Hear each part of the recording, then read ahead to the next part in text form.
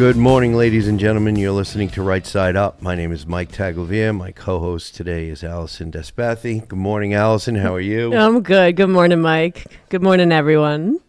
Okay, so we are adjourned. Yes. Woohoo! For the most part, ladies and gentlemen, we will be doing no more damage for the year. No more terrorizing. For the most part. Yes. Okay, so just so everybody knows, and you know, we did have some good gains from my perspective. Definitely.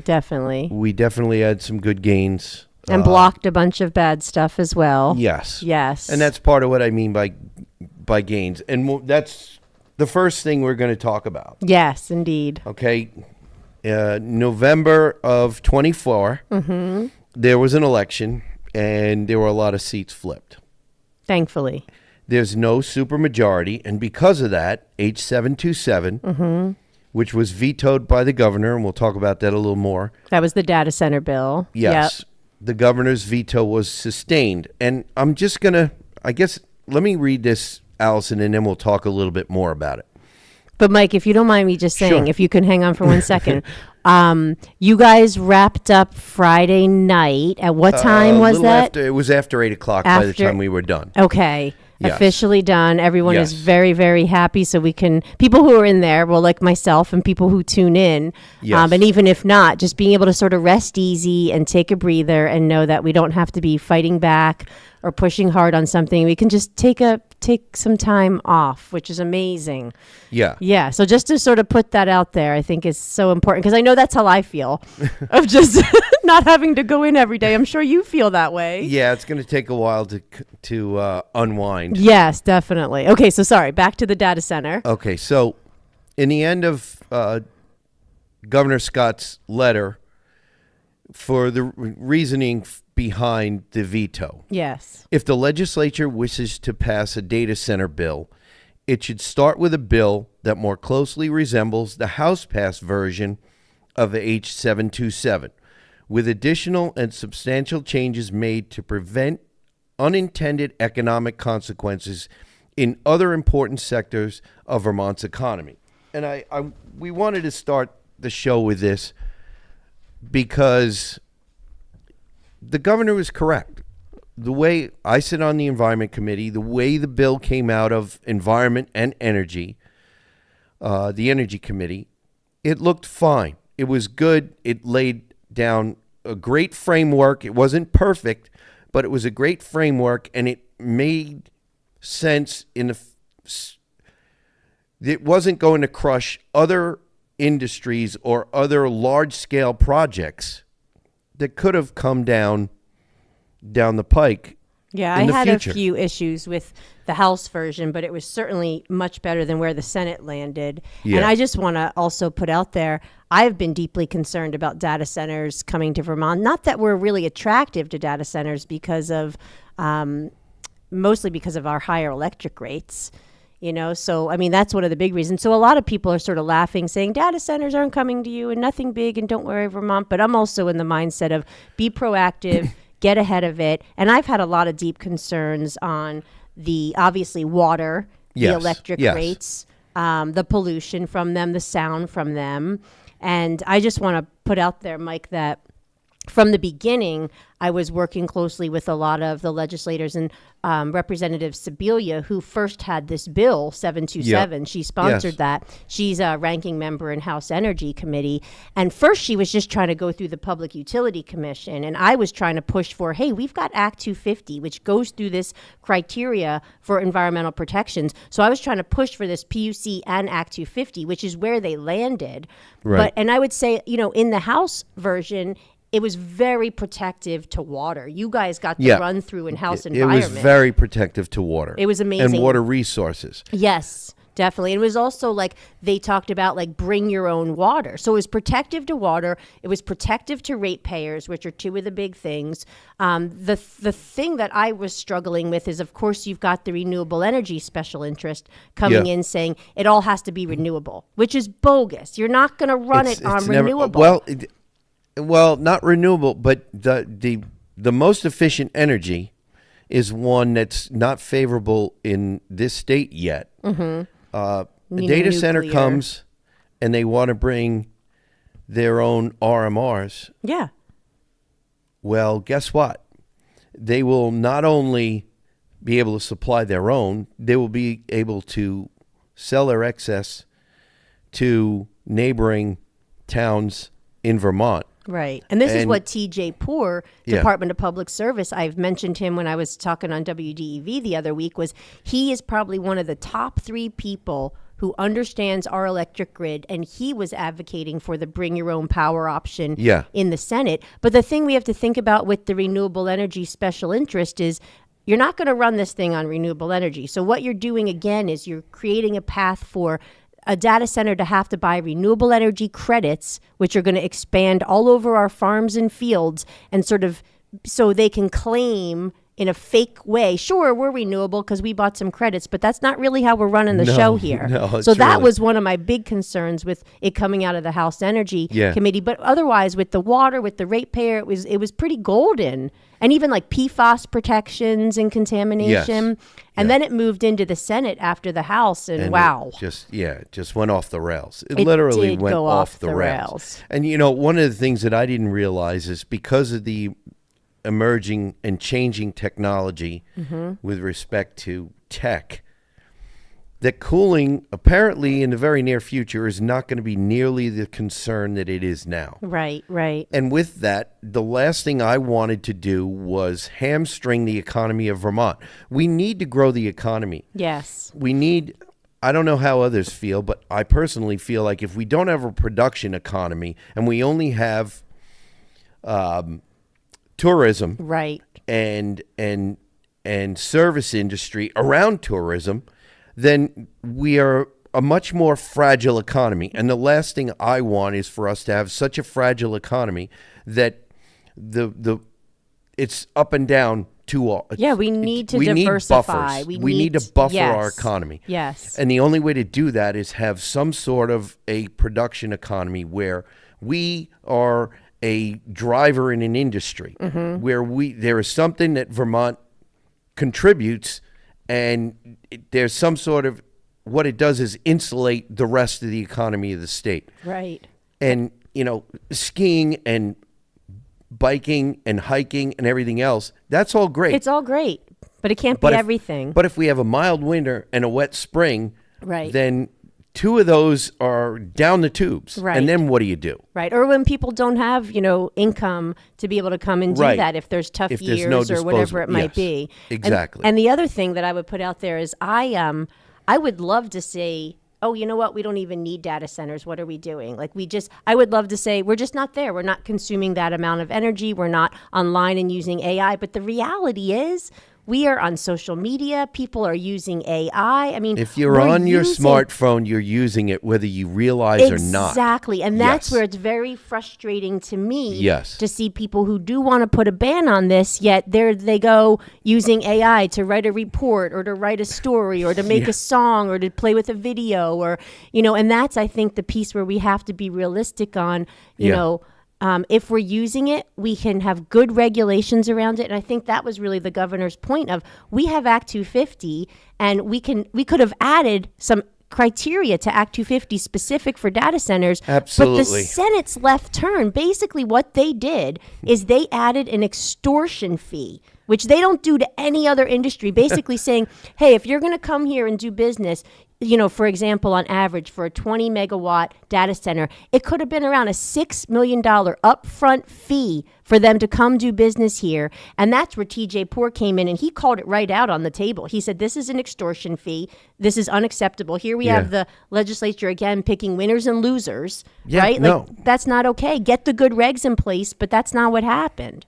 No, it's not. And thankfully, I after it passed, I was really bummed out about it. And then I saw the governor's press release, and I Yeah. was like, oh, this Good is good. reality check. This- That was well, it was yes. a great reality check in my view because we have what we got in November of 2024. We got balance. Yes. We brought back common sense. And Right. there are a lot of people because there's a lot of misinformation out there. There's a lot of misleading information out there. Yes.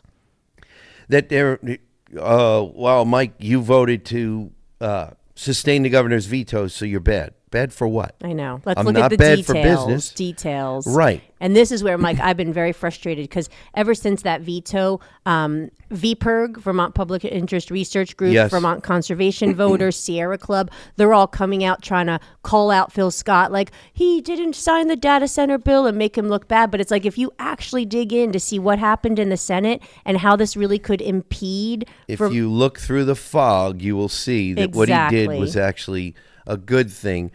There's nothing preventing the legislature next session coming back, having another look at 727 Yes. under a different bill number with a little bit different language, Yes. much more reasonable criteria, like you said, whether it be Act 250 or any other regulatory language, Yeah. so that we can not just protect the environment, the water resources, protect from pollution, Right. but also manage to promote industry, promote business. We need some sort of economic driver in this state. I'm not saying that AI or large data centers are going to be it. Right. If we have a number of different industries, then we're better off. Yeah, and we don't want to impede existing industries exactly. in the state by doing it. And I think that was a key 727 definitely could have done that. Yes. The unintended consequences from 727, because it was so broad. And there are certain people who say, "Oh, it was just directed toward data centers." That's if you read through the language. Mm-hmm. If there was somebody bringing in some sort of another industry or another large industrial building or whatever, what have you, Right. this bill could have been quoted. Whatever act it would have come out to be would have been used against the industry. So And that's this where is- Act yeah. 250 is made for projects like this. And I don't know Yes. if there's another minute or so, Mike, but I just wanted to add real quick. I was very upset where Vermont Public Interest Research Group, VPIRG, because of how they support wind. When you talk about the sound Yeah. on these data centers, it's infrasound, just like wind. And I was talking to the chair of Senate Natural Resources, Senator Watson, talking Yes. to Ben at VPIRG and just trying to basically say to them, we've got to deal with this sound issue and proper setbacks. But VPIRG did not want to go there because if we were to deal with this infrasound issue, they would have to deal with the infrasound on wind. And So we- to see that shut down because it didn't serve their environmental, quote unquote, climate change There's a double goals, standard there. big double standard. That was very frustrating, Yeah. sort of as a behind the scenes situation. Yeah, Yeah. I'm fairly certain my rating on by VPIRG is a 0. Yeah, you should probably be proud of that, honestly. They do some decent environmental work, but so much of their drive at the State House is renewable energy over Vermonters. Well, so, here we go. We keep bringing up this word, balance. yes. Okay. Yes. Every time a shovel gets put in the ground, there is a certain level of environmental harm. Mm-hmm. If we are going to measure that against the economic benefit, the benefit for Vermonters, keeping retired Vermonters here, working age Vermonters here, keeping young people who want to grow their families here, Right. we need to take all of that into consideration. Yes. It is not looking at one thing or one column in the comparison to see whether we want something or not. Right. It has to be all It thrown has to out be. there to find that balance spot. Yes. And right now it's been very imbalanced and obviously, Definitely been imbalanced. Yeah, but you guys helped. You guys helped sort of bring more Yeah. balance, and hopefully next session we'll get even, a better composition. I going certainly on. hope so, because although we've been able to slow some stuff down, it would be very nice to have a number of chairs who are willing to pull some things off the wall that are going to improve the economy. To take the lead, to be able Make- to take the lead on it. Yeah. Right, right. Affordability of housing, Yes. school taxation, schools education structure. Yes. So we'll have to see. It's going to be an interesting next I 4 know. or 5 months. So curious, yeah. Ladies and gentlemen, we're going to be right back. You're listening to Right Side Up.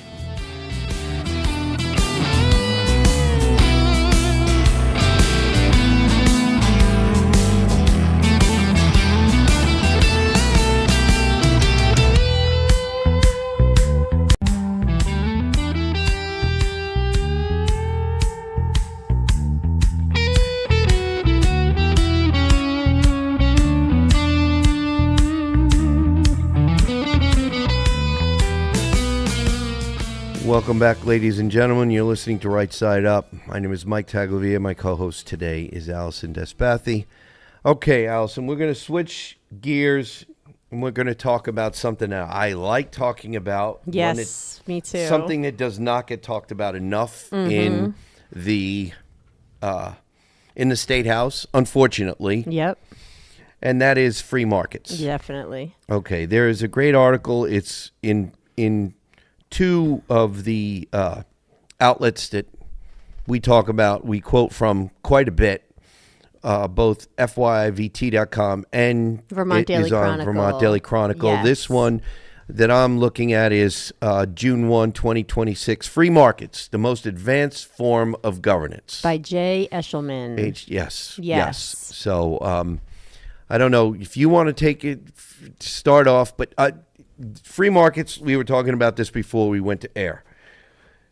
Education, healthcare, energy, free market, free up the market, and all of those will become Yes. probably more available and at a better price. We need that diversity and those options in those sectors. It would Yes. it would solve a lot of the problems we face here in Vermont. I couldn't agree more. 100%. Couldn't agree more. So, let me read a little bit. I know we no matter what, we've got to read from the last quote because I think it's one of the best ones. Yes.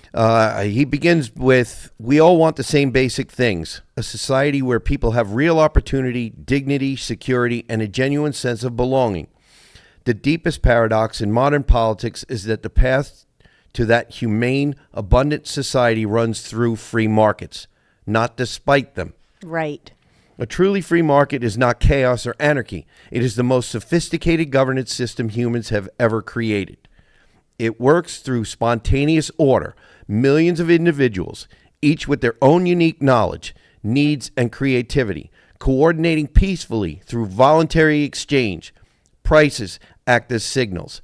Profit and loss provide honest feedback. Innovation emerges organically.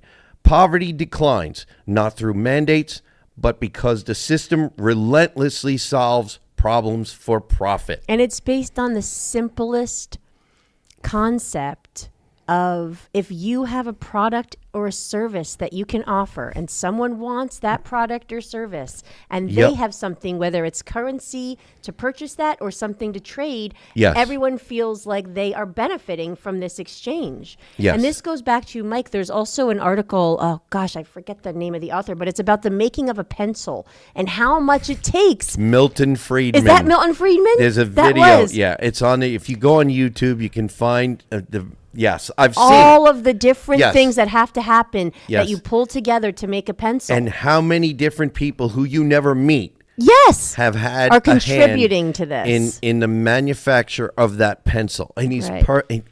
it's like, and it just flows off of his tongue. Yeah, and I forget It's a- the name of that, but definitely worth looking It's at. Milton Friedman. Yeah. But the other thing that I wanted to mention real quick just on this is I think many people get really confused on when they hear free markets and they think of, oh my gosh, we're talking about big corporations. And no, we're No, talking we're about not. this ground level We're human talking creativity. about your farmer's market and your flea market. Exactly. That's what we're talking about. We're talking about the Small general scale, store yes. in your hometown. Exactly. We're talking about everything that you know, going to your neighbor's home or stopping at your neighbor's little stand that they have at Of the end what of their they driveway to offer. buy cut flowers and fresh eggs. Right. And allowing people to come in and be creative to solve problems Yes. and allow space for that. Right. And think about if we had that coming in more easily into our heavily, heavily regulated systems of education, health, and energy in the state, Yeah. we could really solve a lot of problems and help from a competitive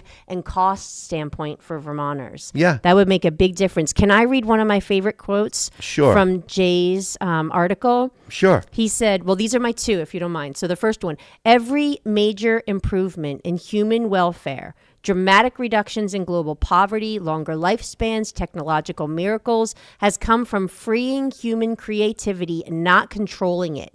The abundant, connected society we all claim to want is only possible through free market governance and letting people sort of unleash themselves and offer what Yes. they can. Absolutely. I love that Absolutely. one. So, Let me go a little bit more into this. This Yes. is decentralized governance at its finest, big in its reach and effectiveness, yet small in coercion. No king, no central committee, no politician can possibly possess the knowledge required to manage the billions of daily decisions in a complex society.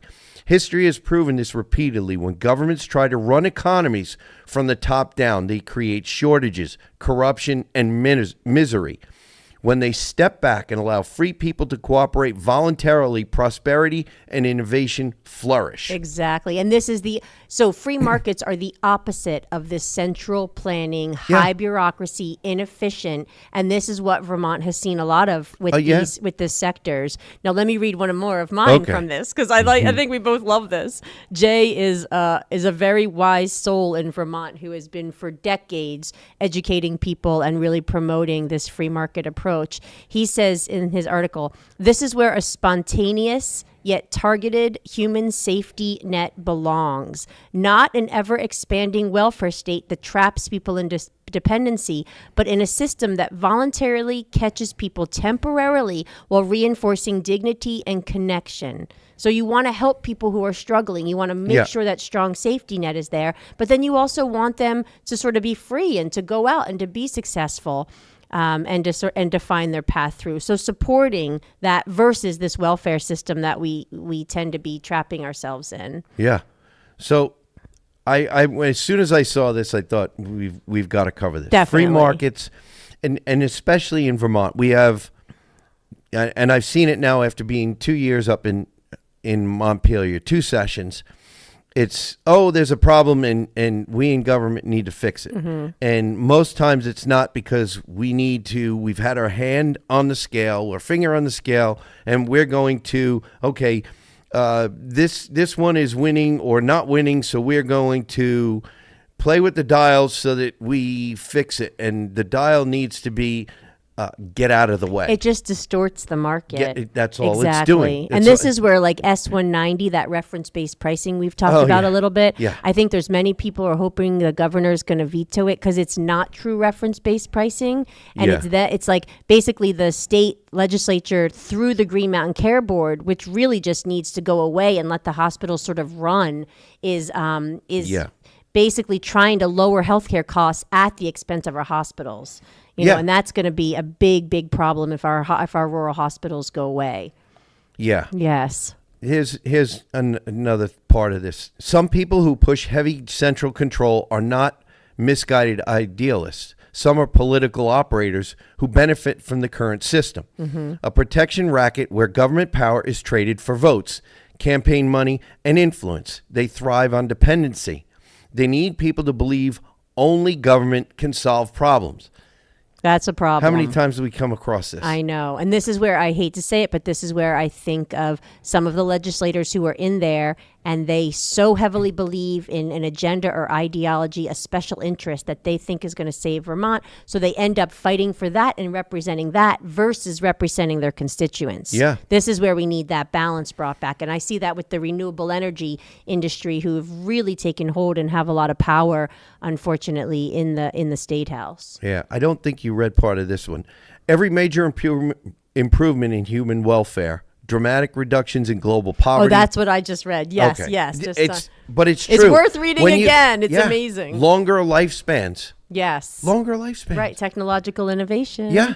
Okay. Or getting information or education to people about health, like getting real Think information. back, back in the early 1900s, how many people had electricity in their homes? Right. How many had indoor plumbing? Right, exactly. We've come a long way. And now, even the poorest of the poor in this country Yeah. have an air-conditioned car and air conditioning in their home. Right. And I'm a firm believer in technology should not be forced on people by any means. But No. But if No. people can access it, and then if you have a lot of options within it, then the cost shifts down and people can afford that. Sure. And that's what we need to see happen with insurance markets, with our energy markets. And then obviously, Mike, you're such a strong proponent, and thank you for being there on this, is the school choice. Yeah. Just coming Well, back to this school it's- choice option. Yeah, it's definitely the driver in quality and price. Yes, exactly. And opening that up through Vermont. I mean, you had that with your H89 Yeah. bill where that you were trying, and hopefully you'll be Back to reelected the, and you can back to the drawing board. introduce that, right?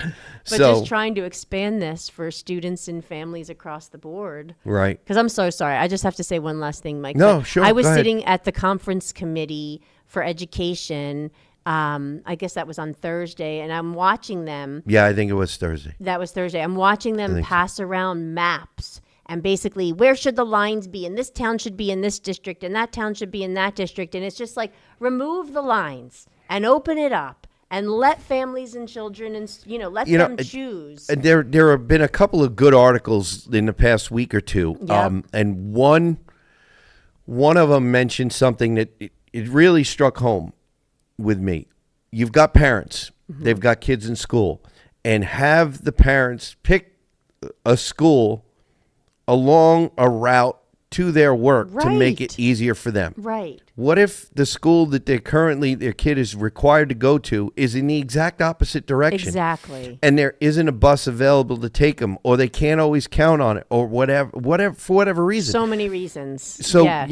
transportation is one of the big questions Mm-hmm. with education, and in some cases, the parents, that's really not the driver. Right. Right. It's like, you know what, I'll find a way to make the extra money that I need to get my child into the school that I want for Right. whatever reason. Right. And if need be, I will be the transportation for my child. Yes, and for people and families who don't have the means to find that money, that's where if we open it up and then they can choose where their child's going to best thrive. I mean, it's so simple, and it's such a classic free market approach.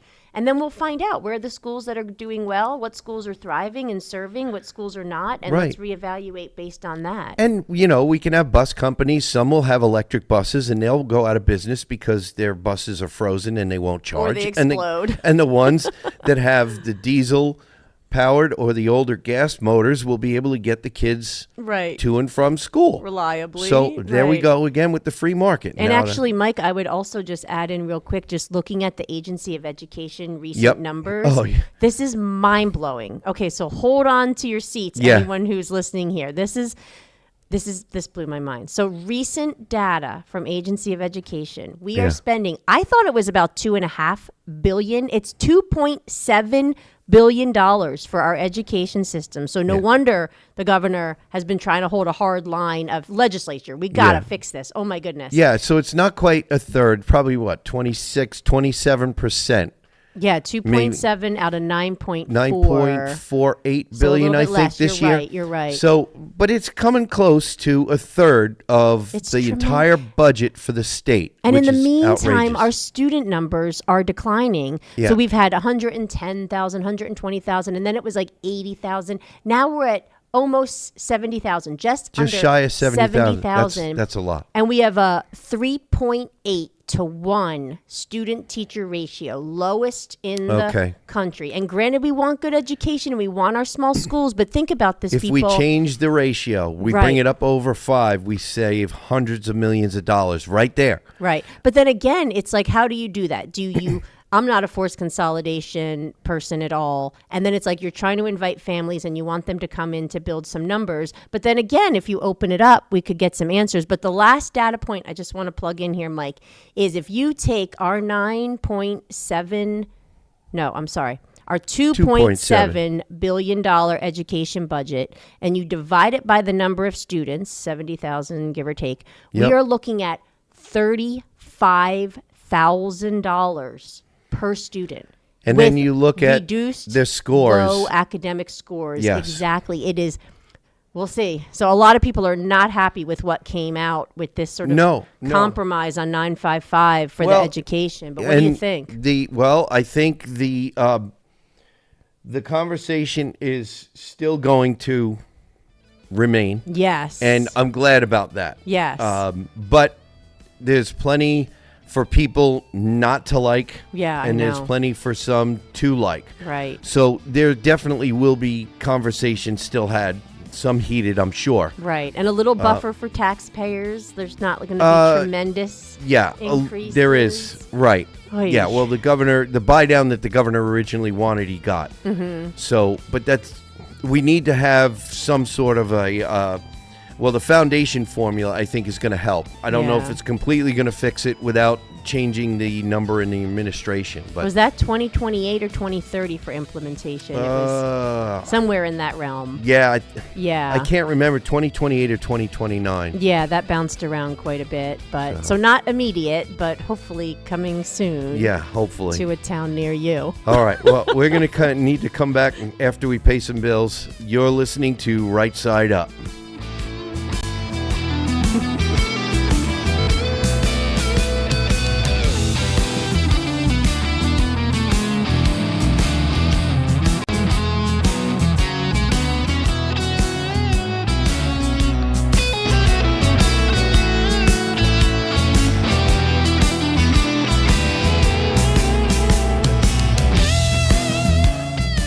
Welcome back, ladies and gentlemen. You're listening to Right Side Up. My name is Mike Taglavia. My co-host is Allison Despathi. Before we get back into our discussion, I wanted to remind everyone, rightsideUpradio@gmail.com if you'd like to send us a note. For some reason you can't catch us on WNTK Radio, you can catch us on WNTK.com by scrolling, finding the podcast button, clicking on it, and scrolling down to Right Side Up. You can listen to any number of our shows at any time of the day or night. You can also find us on Podbean. You can find us on 802 Scoop, both on 802 Scoop Facebook and 802 Scoop YouTube. And you can also find us on granitegrok.com. So before we get into some other things that happened in the legislature, I just want to read from the final paragraph in the article that is titled Free Markets, the Most Advanced Form of Governance. This was June 1 on FYVT.com, but it's also in Vermont Daily Chronicle. And written by H.J. Eshelman. H.J. Eshelman, exactly. So, in the final analysis, this perspective is most certainly not mine alone. It's based upon the insights of great thinkers across history, including but not limited to Aristotle, Adam Smith, Ludwig von Mises, Friedrich Hayek, Milton Friedman, and Henry David Thoreau, who famously wrote in Civil Disobedience, quote, "I heartily accept the motto that government is best which governs least, and I should like to see it acted up to more rapidly and systematically. Carried out, it finally amounts to this, which also I believe, that government is best which governs not at all, and when men are prepared for it, that will be the kind of government which they will have." Yes. So, and I'm sure there are a lot who think, oh, the government is there to take care of me. So that is going to be a very hard sell to some. It is. But if people can start to understand that choices are important and Yes. letting innovation and creativity and humans come in and solve problems where there's problems, Yeah. it will help us to get there. And there are always people who are looking at a problem and they're trying to find a way to solve it. Yes, exactly. So I want to move to a different topic, and S325 is one of them because I was involved on the Environment Committee with S325. And this is there's an the Act article- 181 reform bill. Reform to Act 181. Right. Right. Act 181 obviously caused a stir across Vermont with Oh, property yes. owners because Yes. of its infringements. Yes. So I'm not going to read through the whole article, but I was reading it, and I just wanted to make some clarifications here. This is from Vermont Daily Chronicle, May 29, 2026. Vermont's Act 181 rollback deleted the Senate's own housing expansions, and the Senate voted 28-2 to pass it. That is true. Mm-hmm. When S325 came to House Environment Committee, it was kicked around a lot. And at one point, I thought the wheels were coming off the golf cart. Mm-hmm. So I couldn't wait to get it out of our committee. And the piece that this piece of the legislation that this article is referring to, yes, there was a removal of one of the housing pieces, expansions. It was brought by Senator John Benson. Benson, right. And it was gone back and forth a lot. In fact, I asked the senator to email the chair and the committee to try to go and explain what happened and why. And what happened was it was brought up in committee, and it wasn't really palatable to the chair at the time.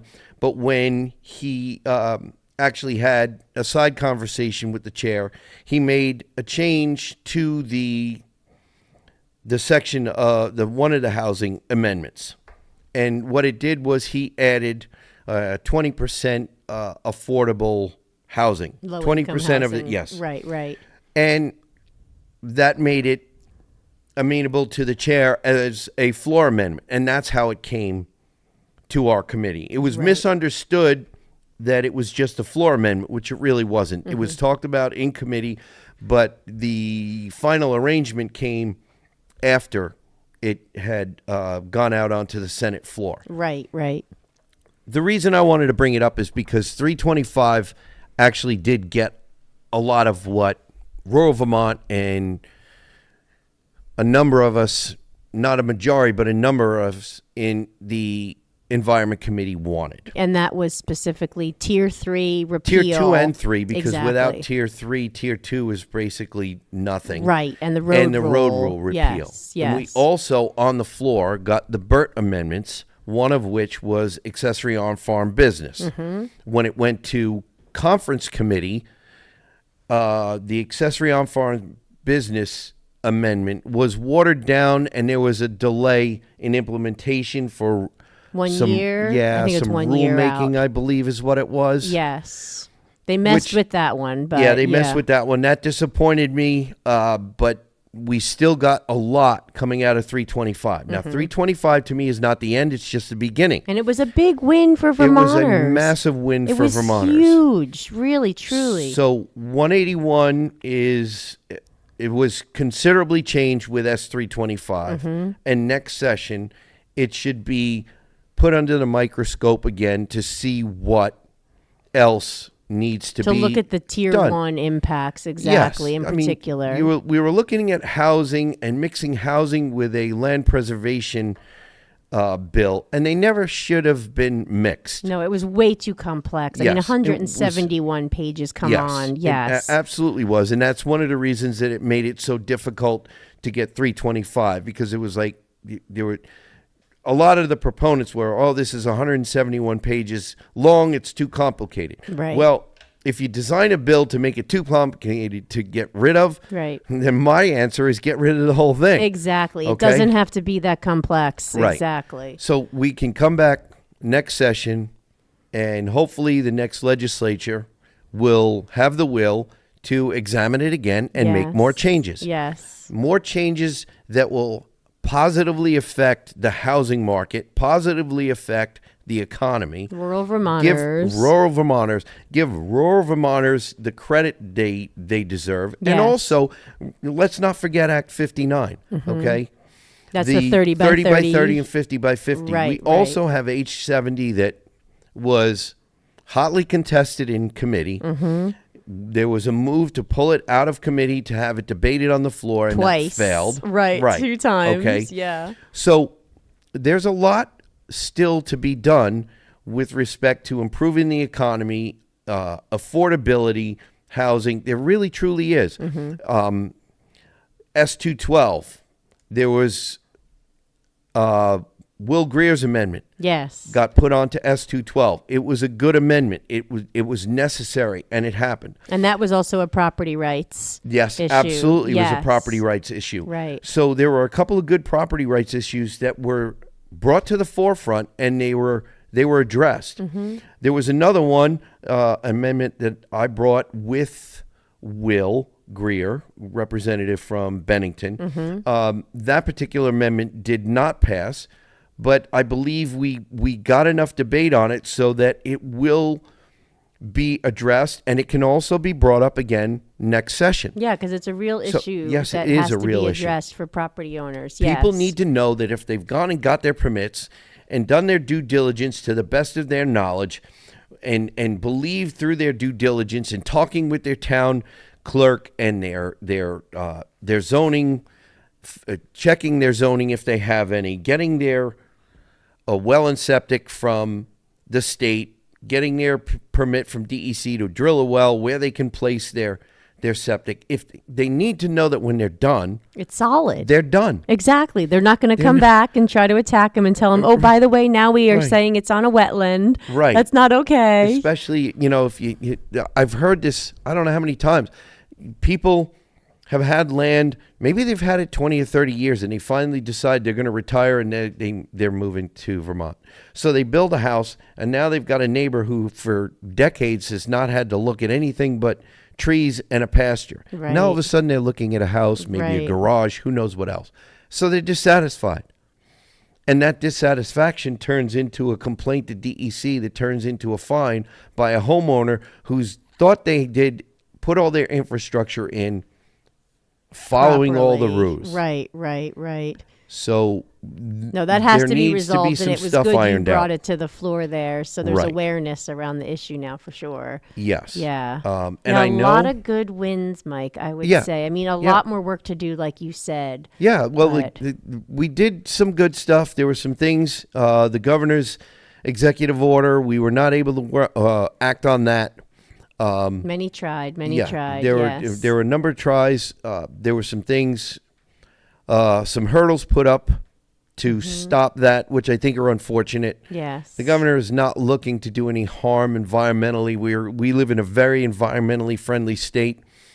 What And the people governor was trying to do was put housing where there already is And housing. where it makes sense, right? Where it makes sense. But that's also where I think it's important for people to realize that the governor came in with the executive order, but the year and two prior, Agency of Natural Resources was already identifying issues with trying to figure out this wetlands permitting. Yes. And so they have tried, but then the House Environment, your chair, Yep. Amy Sheldon, who's not running again, it seems like. That's what it seems she like. was putting up a lot of blocks and not allowing Agency of Natural Resources to address some of these real issues that have presented to their agency for quite some time. Right. So, and that's where it's just even being able to allow the conversation to come to the table. And that's what I think has been, frustrating for Agency and Natural Resources as well. And I've been thinking about, you're obviously talking, so S325, the governor, we're still waiting to see where he's going to land for that. Yeah, there's a number of bills hanging out there that are waiting for either a signature, or I'm not sure what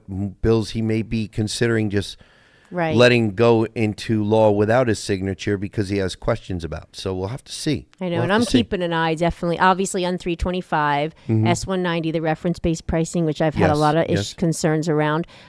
H710, which was the single plant definition. This was sort Okay. of The the industrial solar siting. siting. Very, Yeah. very irresponsible bill moving through with very inadequate, insufficient testimony from a wind impact, from a solar ag land impact, from a development impact. So I'm really hoping that him and his team are going to see the holes in that policy and make them come back and really sort of do their due diligence and take the adequate testimony on that bill. So keep an eye I think on I that. agree with you on that. You know, Yeah. it'd be interesting to see. I know after hearing some of the stuff that I've heard, losing 500 farms since 2017, Mm-hmm. we've got